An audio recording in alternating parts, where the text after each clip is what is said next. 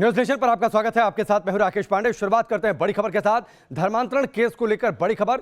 News nation की खबर का असर हुआ है। एनआईए को धर्मांतरण रैकेट की जांच अब सौंप दी गई है, यानी एनआईए इस पूरे मामले की जांच करेगी। अब न्यूज नेशन लगातार धर्मांतरण गैंग को बेनकाब कर रहा है। लगातार जो खुलासे हम तक पहुंच रहे हैं वो खुलासे हमने देश के सामने रखे हैं। लगातार इस खबर को मुहिम के तौर पर चलाया है कि किस तरीके से यूपी में बड़े पैमाने पर धर्मांतरण का पूरा रैकेट ऑपरेट कर रहा था, किस तरीके से एक साजिश रची गई थी पहले फसले और साथ ही जो दिव्यांग हैं उनका जबरन धर्म परिवर्तन कराने की। न्यूज नेशन लगातार इस धर्मांतरण गैंग को बेनकाब कर रहा था। अब बड़ी खबर यह है कि एनआईए को इस धर्मांतरण केस की जांच सौंप दी गई है। एनआईए ने यूपी एटीएस से जांच की रिपोर्ट भी मांगी है ताकि आगे वो इस मामले की छानबीन कर सके।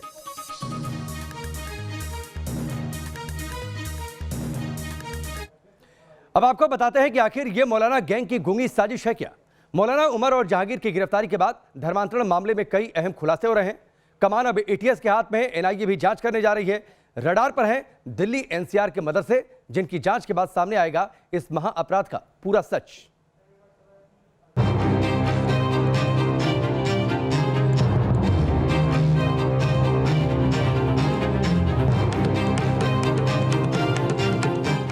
मदरसे दीनी तालीम के वो संस्थान जो बच्चों को इंसानियत की परवरिश देते हैं, लेकिन अब ये मदरसे यूपी एटीएस के राडार पर हैं।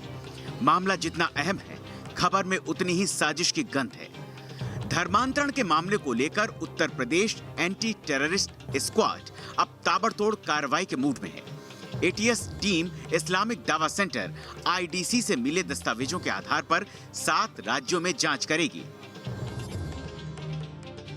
मणिपुर, तमिलनाडु, महाराष्ट्र, केरल, झारखंड, मध्य प्रदेश और बिहार में एटीएस धर्मांतरण कनेक्शन को खंगालेगी। सोमवार को इस्लामिक दावा सेंटर से जुड़े मोहम्मद उमर गौतम और मुफ्ती जहांगीर कासमी को गिरफ्तार किया गया था, जिसके बाद इस्लामिक दावा सेंटर में धर्मांतरण करने वाले हर व्यक्ति के ब्यौरे को सत्यापित कराया जाएगा, साथ ही विस्तृत पड़ताल की जाएगी।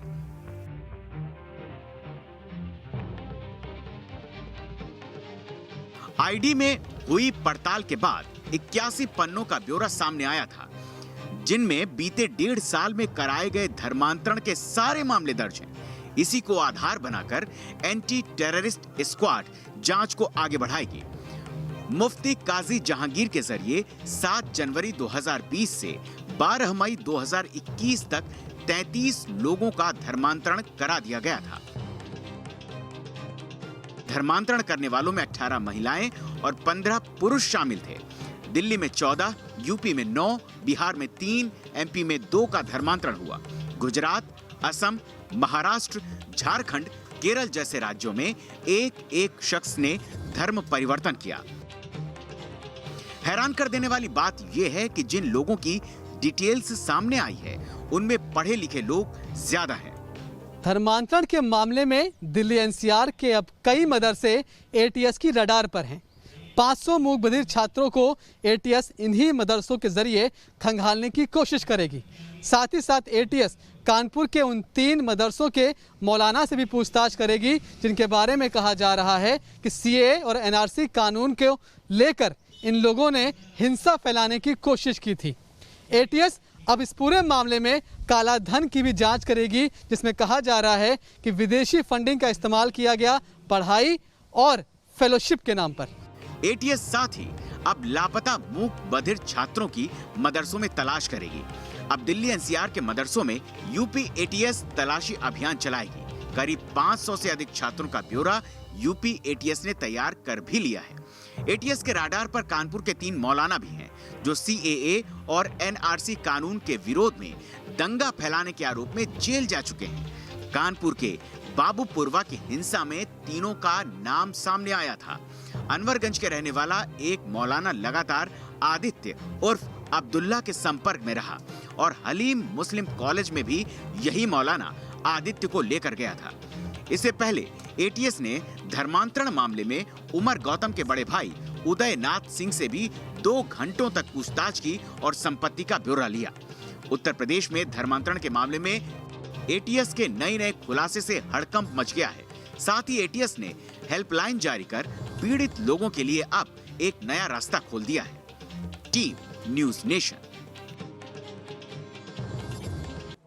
धर्मांतरण मामले के तार अब संगम नगरी प्रयागराज तक पहुंच चुके हैं। इलाहाबाद विश्वविद्यालय के एक प्रोफेसर तक एटीएस की जांच की आंच पहुंच चुकी है।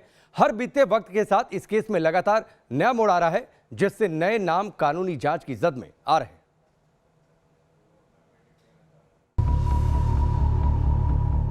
संगम नगरी से जुड़े धर्मांतरण के तार।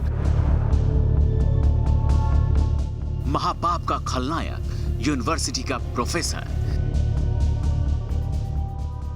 दिल्ली में 2 मौलानाओं की गिरफ्तारी के बाद धर्म परिवर्तन मामले के तार प्रयागराज से जुड़े हैं। शहर का एक प्रोफेसर अब खुफिया एजेंसियों की राडार पर है। तस्वीरों में दिख रहा सफेद दाढ़ी वाला ये शख्स, जिस पर जिम्मेदारी थी बच्चों को इंसान बनाने की, उनको इंसानियत के साथ साथ मुकम्मल इल्म देने की, लेकिन इसके इरादे इसकी जिम्मेदारी से बिल्कुल उलट हैं।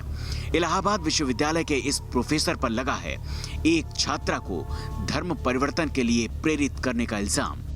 दरअसल धर्म परिवर्तन मामले में गिरफ्तार किए गए डॉक्टर उमर गौतम ने जिन लोगों का धर्म परिवर्तन करवाया, उनमें एक 26 साल की छात्रा भी शामिल थी, जिसने हिंदू धर्म छोड़कर इस्लाम अपनाने का फैसला किया। इलाहाबाद पढ़ने के दौरान उसने ये फैसला लिया था। एटीएस के मुताबिक प्रोफेसर ने ही छात्रा को धर्मांतरण के लिए प्रेरित किया था। 26 साल की छात्रा पहले इस प्रोफेसर के संपर्क में आई। प्रोफेसर ने उसे इस्लाम कबूल करने के लिए प्रेरित किया। छात्रा लगातार प्रोफेसर से मिलती रही। प्रोफेसर ने ही छात्रा को इस्लाम की शिक्षा दी। छात्रा का इस्लाम के प्रति झुकाव हुआ और छात्रा ने बाद में इस्लाम कबूल कर लिया। इस खुलासे के बाद प्रोफेसर भी खुफिया एजेंसियों के राडार पर आ गया है। सूत्रों का कहना है कि प्रोफेसर की गतिविधियों की गोपनीय तरीके से जानकारी जुटाई जा रही है। पता लगाया जा रहा है कि प्रोफेसर कहीं दिल्ली स्थित इस्लामिक दावा सेंटर से जुड़ा तो नहीं है। इसके अलावा उनके और उमर गौतम के बीच कनेक्शन का भी पता लगाया जा रहा है। इससे पहले एटीएस ने जानकारी दी है कि उमर गौतम का प्रयागराज से संबंध है। उमर ने इंटर तक की पढ़ाई प्रयागराज के एक इंटर कॉलेज से की है। उमर गौतम ने अपने ट्विटर अकाउंट पर खुद को पूर्व प्रधानमंत्री वीपी सिंह का रिश्तेदार बताया है। हालांकि पूर्व प्रधानमंत्री वीपी सिंह के पैतृक गांव मांडा में इसकी पड़ताल जब पुलिस ने की तो उमर की किसी भी तरह की रिश्तेदारी साबित नहीं हुई है। Team news nation. एक नौकरी की लालच ने रेनू को कैसे बना दिया आयशा? कैसे करियर बनाने के लिए रेनू ने धर्म बदल लिया? कैसे विदेशी नौकरी का लालच देकर रेनू को आयशा बना दिया गया? देखिए इस रिपोर्ट के जरिए। वो मैंने अपनी जॉब के लिए रिलीजन चेंज किया है क्योंकि दुबई में मेरी जॉब का हो रहा है, लेकिन हर कोई आगे बढ़ना चाहता है, तो वैसे ही मैं भी आगे बढ़ना के लिए मैंने इतने साल तक मेहनत की है। नहीं, यहाँ पे मैं काफ़ी टाइम से जॉब कर रही थी, तो यहाँ पे बहुत मेहनत है और इतना टाइम लगता है, इतनी सैलरी भी नहीं है। वहाँ पे अगर मैं अपना रिलीजन चेंज करके जाऊँगी तो वहाँ के जो लोग हैं, जो बेनिफिट्स उनको मिलते हैं, वो मुझको भी मिलेंगे। ये सब सुनकर आपका दिमाग घूम गया होगा, लेकिन ये किसी फिल्म की स्क्रिप्ट नहीं बल्कि हकीकत की बानगी है।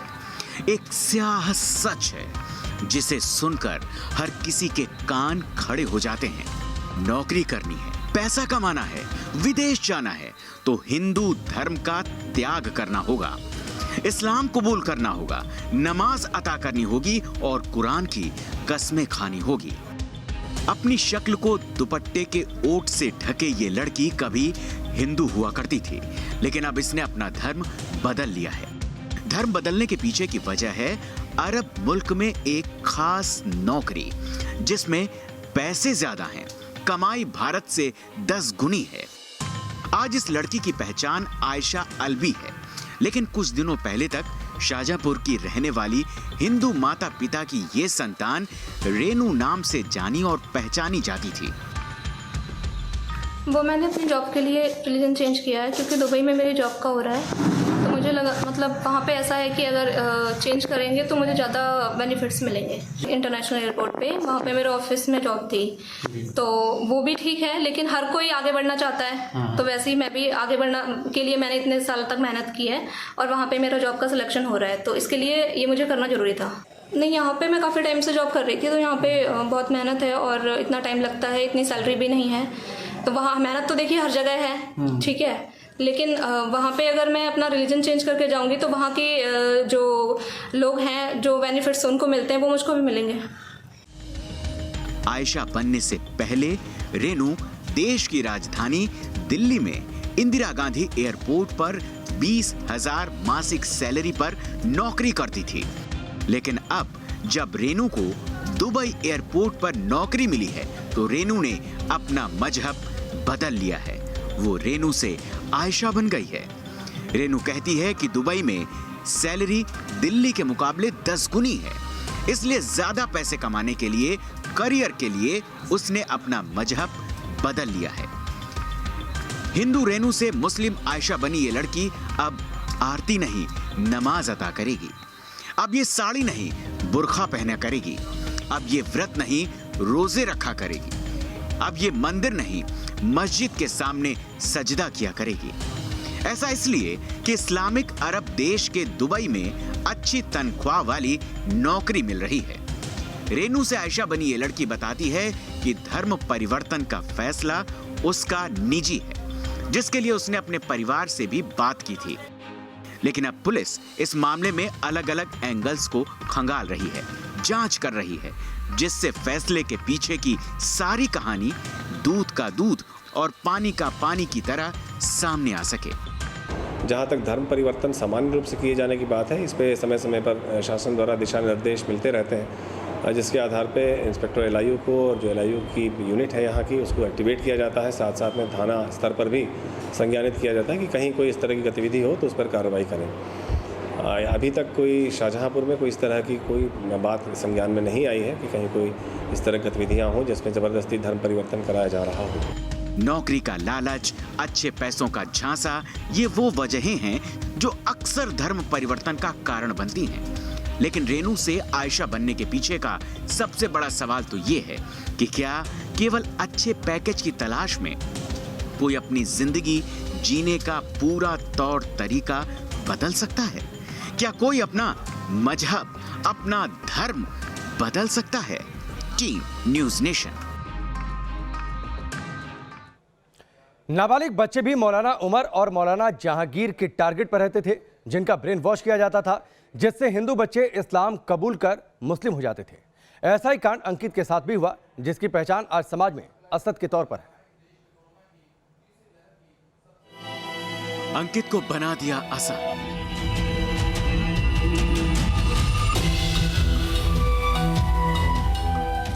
यही वो साजिश है जिसके लिए उमर गौतम और जहांगीर को पुलिस ने सलाखों के पीछे पहुंचा दिया है। कैमरे के सामने दिख रहा ये शख्स अभी केवल 19 साल का है। इसका नाम असद है, लेकिन कुछ साल पहले तक ये अंकित हुआ करता था। अंकित नाबालिग था, तभी इसने हिंदू धर्म छोड़कर इस्लाम कबूल कर लिया। अंकित आज हर वो नाम बताएगा, हर वो सच सामने लाएगा, हर वो हकीकत सामने रखेगा जो गवाही देंगे कि कैसे मौलाना उमर गौतम और जहांगीर नाबालिग लड़कों को टारगेट करते थे और उनका ब्रेन वॉश होता था और आखिर में वो हिंदू से मुस्लिम बन जाते थे। ये मैंने जो धर्म परिवर्तन करा था ये 2014 में करा था। 25 मई से लेके 30 मई तक मैंने नमाज़ पढ़ी। मैंने डिसीजन लिया 1 जून को, 1 जून सन 2014 को मैंने इस्लाम धर्म कबूल कर लिया था। ऐसा कोई था नहीं, क्योंकि मैं खुद ही मस्जिद में गया और मैंने खुद ही नमाज़ पढ़ी और जो है इस्लाम को देखा मैंने और उसको समझा। उसके बाद मैंने उसको एक्सेप्ट कर लिया। घर वालों ने कुछ नहीं कहा। घर वालों ने कहा कि तुम धर्म परिवर्तन मत करो, हिंदू धर्म अपना लो। मैंने कहा था कि मैं इस्लामी धर्म अपना लूँगा, क्योंकि मैंने अपनी मर्जी से अपनाया, मुझे अच्छा लगता है धर्म और मैंने स्वीकार कर लिया है। असद उर्फ अंकित का चेहरा, उसकी धीमी आवाज और उसकी बॉडी लैंग्वेज देखकर कोई आम इंसान भी भाप सकता है कि अंकित की जुबान वो सच नहीं बोल रही जो उसकी आंखों ने देखा है, जो उसके कानों ने सुना है और जो उसके दिमाग में जज्ब है। क्योंकि यही तो खूबी है धर्मांतरण कराने वाले उन दोनों मौलानाओं की, जो इस कदर अपने शिकार का ब्रेन वॉश करते हैं कि उनकी जुबान वही बोलती है जो वो मौलाना बुलवाना चाहते हैं। जी, उमर गौतम साहब जिसके मैं मार्च के महीने, जनवरी या फरवरी के महीने में मिला था। इनसे मेरी मुलाकात हुई थी। सबसे पहले मैं शाहीन बाग गया था सरफराज भाई के पास। वहाँ से कोई मेरे को वो जवाब नहीं मिला था। और दूसरी बार गया था मैं मुस्ताबाद, तो मुस्ताबाद में उन्होंने एफिडेविट कन्वर्जन सर्टिफिकेट बना दिया था, मगर वो वैल्यूएबल नहीं था। तो उमर गौतम साहब ने ये कहा था कि हमारे यहाँ से कराओ और यहाँ से जो है हम जो है पक्का काम करके देंगे। देखो तुम अपने मर्जी से तुमने धर्म परिवर्तन करा है तो हम तुम्हारे पूरा सपोर्ट करेंगे। अगर तुमने किसी लालच में कर रहे हो, किसी दबाव में आकर के कर रहे हो तो ये गलत है।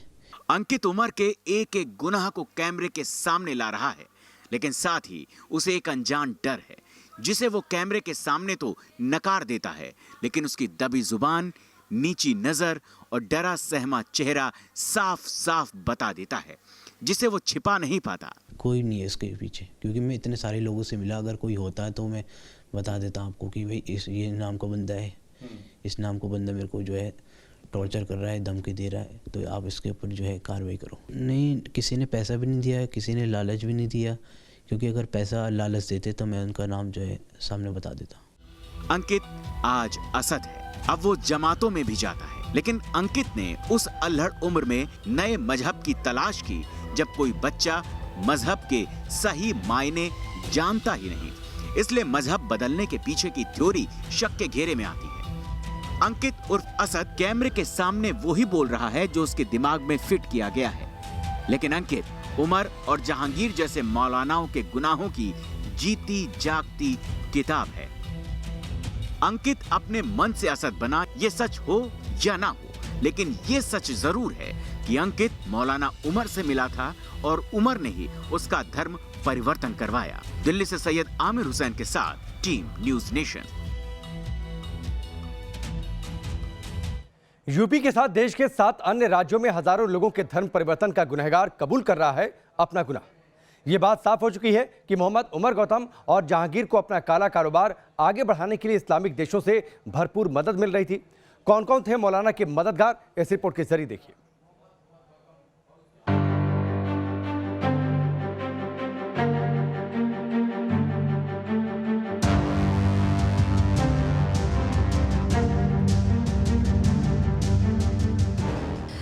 समंदर पर नेटवर्क, हिंदुस्तान के 15 राज्यों में गुनाह अरबों की संपत्ति। जी हाँ, यह हकीकत है उत्तर प्रदेश के फतेहपुर के एक साधारण परिवार से ताल्लुक रखने वाले श्याम प्रताप सिंह गौतम उर्फ उमर गौतम की, जो धर्म बदलकर मोहम्मद उमर गौतम क्या हुआ, उसकी फितरत ही बदल गई। जिंदगी जीने का फलसफा बदल गया। मुल्क में रहकर वो मुल्क के दुश्मनों का मददगार बन गया। जी हाँ, सरहद पार की साजिश को हिंदुस्तान में अंजाम देने के लिए उसने मोहरा बनाना शुरू किया उन मजबूर लोगों को जिनका इस्तेमाल अपने हिसाब से वो कर सके। बाकायदा साल 2011-12 में इस्लामिक दवा सेंटर के नाम से संस्था बनाई। कागजों में संस्था का मकसद बेशक लोगों की मदद करना रहा हो, लेकिन मदद के नाम पर उमर गौतम जो भी कर रहा था वो किसी संगीन गुनाह से कम नहीं था। लेकिन जब उसके गुनाहों की गवाही कानून के मुलाजिमों तक पहुंची तो उसके गिरेबान कानून की गिरफ्त में आ गए और फिर कबूलनामे की हकीकत ने हर किसी को हैरान कर दिया। एटीएस की टीम ने उमर गौतम के ठिकानों से 600 से ज्यादा दस्तावेज बरामद किए, जिनमें धर्म परिवर्तन कराए गए लोगों के दस्तावेज शामिल हैं। अभी तक एटीएस को 300 से ज्यादा लोगों के सर्टिफिकेट मिले हैं जिनका धर्म परिवर्तन कराया गया था, लेकिन कहां है वो, ये एटीएस के सामने सबसे बड़ा सवाल है। एटीएस की जांच में इस बात का भी खुलासा हुआ कि इन दोनों के तार राजस्थान, बिहार, झारखंड, हरियाणा, आंध्र प्रदेश सहित अन्य 15 जगहों में फैले थे। मौलाना उमर के पास अरबों की संपत्ति है। लखनऊ से पकड़े गए मौलाना उमर के पास इस्लामिक देशों से मिले मदद से अरबों की संपत्ति होने का अंदेशा है। इसकी जानकारी मिलने के बाद उत्तर प्रदेश एटीएस की टीम जांच में लगी। उत्तर प्रदेश के गाजियाबाद में भी मौलाना उमर की संपत्ति का पता चला। साथ ही नई दिल्ली की दूसरी संपत्ति के दस्तावेज भी पुलिस को मिले हैं। नोएडा की संपत्ति के कागजों की भी जांच जारी है। जांच में ये भी सामने आया है कि मौलाना गाजियाबाद के किसी स्कूल में फंड देने का भी काम करता था। एटीएस अब मौलाना उमर के बैंक डिटेल्स को भी चेक कर रही है। मौलाना के शाइनिंग स्टार, आखिर क्या था मौलाना उमर गौतम का शाइनिंग स्टार? जांच में इस बात का खुलासा हुआ है कि मौलाना उमर गौतम ने 33 हाई क्वालिफाइड महिलाओं को इस्लाम कबूल कराया था। उमर गौतम ने इनमें एक MBA छात्रा ने तो धर्म बदलने के नाम पर अपना घर परिवार भी छोड़ दिया। उत्तर प्रदेश ATS को ऐसी 33 महिलाओं की लिस्ट मिली है जिन्होंने अपना धर्म बदल लिया है। सभी महिलाएं हाई क्वालिफाइड हैं। उमर गौतम से धर्म बदलने उच्च शिक्षित सभी महिलाओं को शाइनिंग स्टार्स नाम दिया गया था। कानपुर के घाटमपुर की रहने वाली रिचा अपना घर छोड़कर नोएडा शिफ्ट हुई। प्रयागराज के एक मुस्लिम प्रोफेसर ने रिचा का इस तरह से ब्रेन वॉश किया कि वो इस्लाम कबूल करके माहिन अली बन गई। मौलाना उमर गौतम धर्मांतरण के पहले दावत देता था। मौलाना ने कबूल किया कि दावत से इस्लाम का मतलब ये है धर्मांतरण के लिए पहले गेट टुगेदर के जरिए मिलना और फिर इस्लाम से होने वाले लाभ को लेकर लोगों का मन जीतना था। उमर गौतम ने बताया कि दावत का ये भी मतलब है कि लोगों का दिल जीत लो। वो कहता था ईश्वर एक ही है और वो भी खुदा ही है। धर्मांतरण के लिए सबसे पहले गीता पढ़ाई जाती है, फिर कुरान पढ़ाते हैं, फिर दोनों का अंतर बताया जाता है और इसके बाद साजिशन धर्म ग्रंथ गीता में कमियां बताई जाती हैं और फिर मुस्लिम ग्रंथ हदीस पढ़ाने के बाद पूरी तरह से ब्रेन वॉश किया जाता है। लेकिन मौलाना उमर का खेल अब खत्म हो चुका है। अब तो गुनाह कबूल करने की बारी है। Team news nation. वक्त पर ब्रेक का, जल्द वापस लौटते हैं।